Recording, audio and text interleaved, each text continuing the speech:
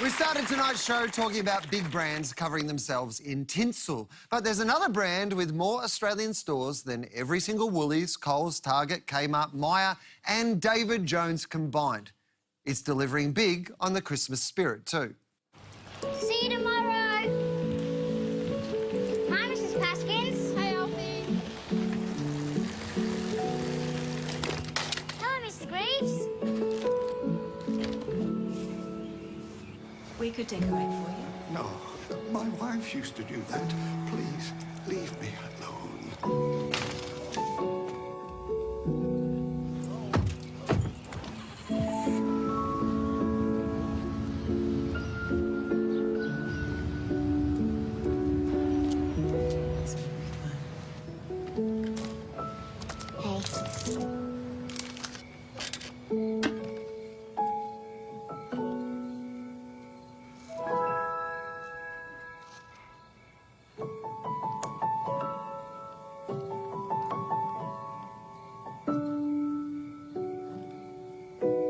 Spread the merry with Australia Post.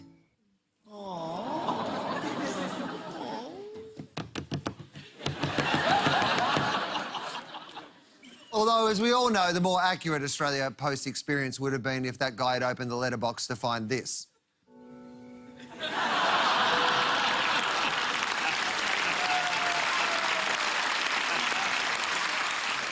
This is the saddest campaign I've ever seen. Well, since Myer After Dark. We could decorate for you. No, my wife used to do that.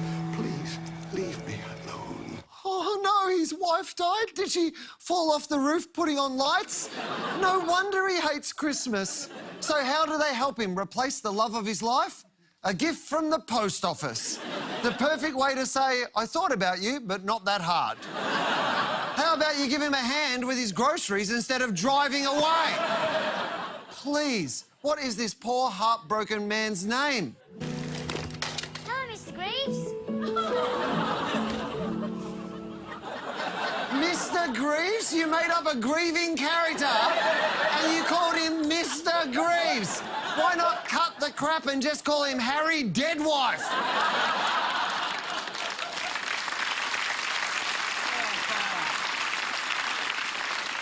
Mr. Greaves' life has gone so sour, he's literally holding a lemon. Russell, why does Australia Post want to make me so sad? I really love this commercial, Will. I absolutely I love it for lots of reasons. Maybe the first reason is finally Australian advertisers are starting to tell stories. They haven't told stories for 10 years. 2008, GFC, and literally the industry's been struggling to get big brands doing big ads with a lovely story. So I just like it for that reason. It's also hitting on something very, very important, which of course is loneliness. You know, in the UK, they now have a minister for loneliness. Such is the issue around the world. You've got 40% of people that are living by themselves don't get a visitor on any given week, right? So that is a very powerful insight that they've injected into this piece of advertising. Or exploit it. Yes, either one. That's right. Yeah. No, I think it is it's actually a beautiful insight because, of course, Christmas time, yes, it is a really happy time, but it also can be a very, very sad time. And so I think there's an underlying power to this as well, where perhaps people will see that person that's lonely down the street. And I think it could work at that level. I really do think it can work at that level. And the other thing, of course, at Australia Post, it is a beautiful brand, and it is in every single town, in every single neighbourhood. It is incredibly important to Australia and how we feel about ourselves. And I just say good on them, really sincerely good on them for doing something like this. Attention is a scarce commodity. It's really hard to get people's attention, and getting them to feel something means you actually have their attention. And the end emotion here is not meant to be sadness. The end emotion is meant to be compassion and empathy. And what they're trying to do is associate compassion and empathy with Australia Post. And it's what in the industry would be considered a brand ad. So it's just there to make you feel good for a moment about them as a brand. This ad feels like a fantasy of a time and place that doesn't exist. In the real world, that kid isn't outside riding his bike. He'd be inside playing Fortnite. And That disco ball, who would even want one of those? We would. Kirsty, why a disco ball in the ad? Is it because it's like Australia Post, you know?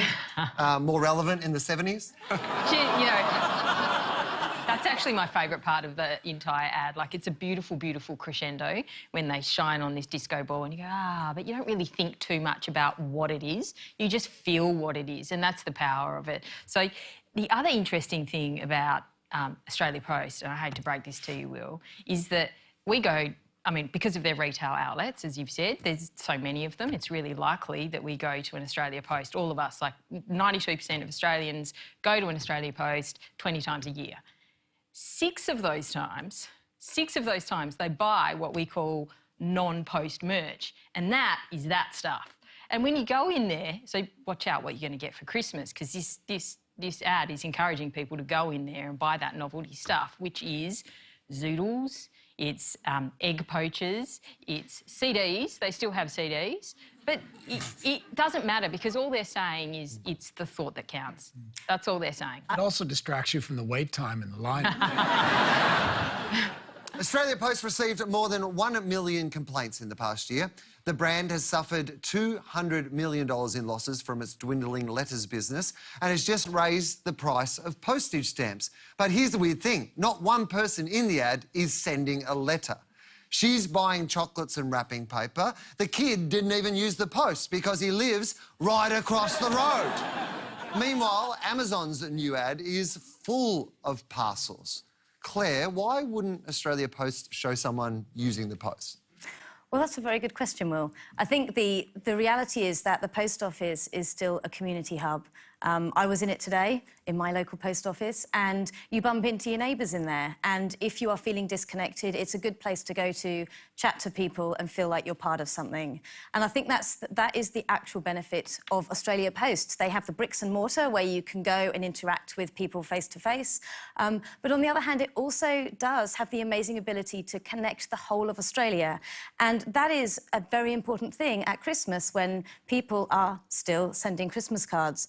So I think it's interesting that they didn't use any form of postage in the ad because it neglects to show the completely macro benefit that Australia Post has. $1.10 for a stamp. It's interesting, isn't it? The Australia Post actually literally can touch every single house in the country for $1.10. Would you have got them using the post in the ad, though?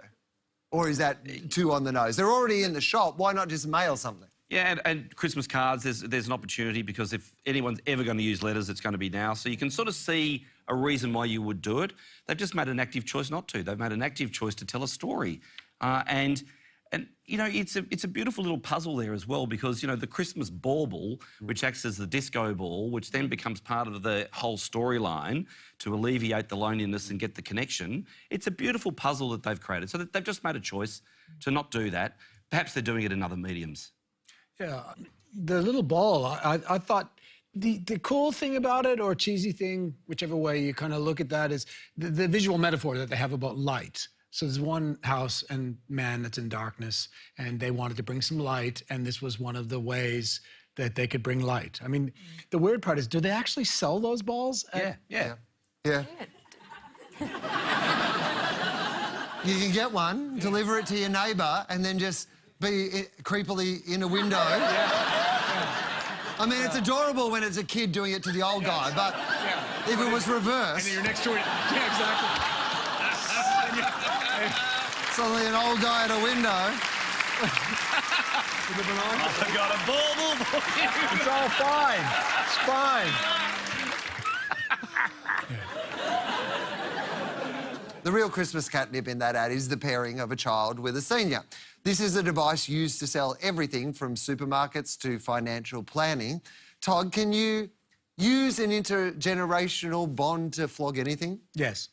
Yes, I mean, emotions sell. And the majority of our decisions, some people estimate up to 80% of our decisions are subconscious. We're not actually working through the logic of it. So emotion plays a massive role. We also know when you're emotionally connected in a piece of communication, whatever that is, if it's an ad, that recall's better, memory's better, and that people that feel some kind of connection are willing to spend more money. So the answer is yes, emotions work. And also, I think it's interesting, when you've got the old and the young, it means you're covering off the full spectrum of age, so every single person can find it relevant. The big problem with the ad isn't Harry Deadwife and his disco bauble.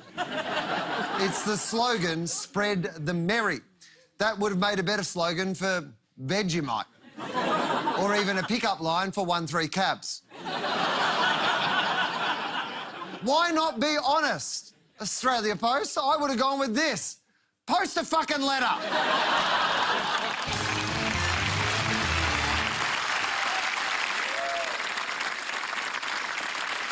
Please thank our panel, Russell, Kirsty, Claire and Todd. Thank you.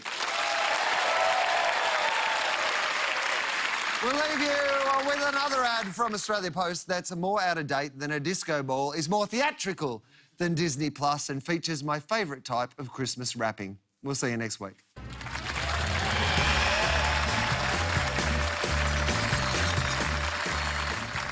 Wrap these and dispatch them for me, will you? Wrap?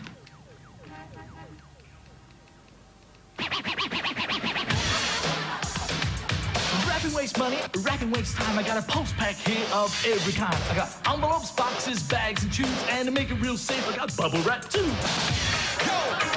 When the going gets rough, they're tough enough. And it's plain to see that they look smart, and so do we. Don't wrap it, post pack. Don't wrap it, post pack.